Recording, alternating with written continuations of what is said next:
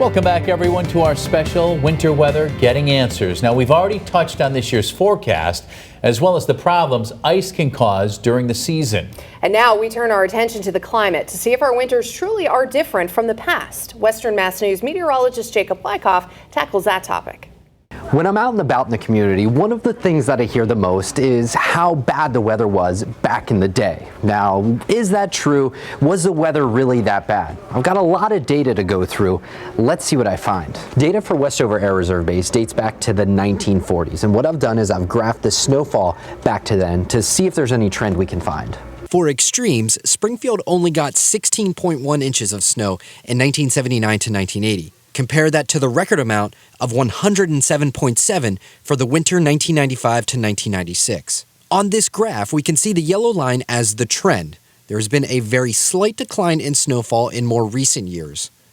The red line shows the 10-year average ebbing and flowing, but generally speaking, it's stayed the same over the last 75 years. So the snowfall data doesn't show any real changes from now to then, but what about temperatures? I took the temperature data from November to February, and I sorted the record high temperatures and the record low temperatures by decade. If there was a tie, let's say the same record high temperature in 2 different years, both years got tallied.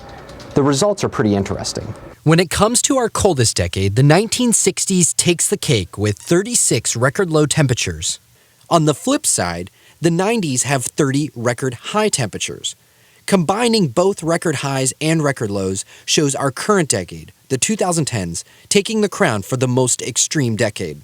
This is just one data point for Springfield and may not be indicative for all of southern New England, so let's head out east to the Blue Hill Observatory. This is the oldest continually operating weather observatory in all of the United States. We opened on February 1st, 1885, and have been studying and measuring the weather the exact same way every single day since then. At other reporting sites, instruments have changed or locations have moved, but that's not the case for Blue Hill. They have reams of books with exact measurements from every single day for the last 135 years. Makes us what's called a benchmark climate station. And in the suburbs of Boston, it gives a great glimpse into the climate of Eastern Mass. So one of the things that happened a lot, say in the 1960s, which was one of the decades that a lot of people remember a lot of snow, the snow didn't melt as frequently or as quickly. So the snow stayed on the ground more, so one storm would accumulate on top of another. So we've seen both extremes. We've seen much more mild winters, which matches the people that say, oh, winters were much colder and more severe when I was a kid.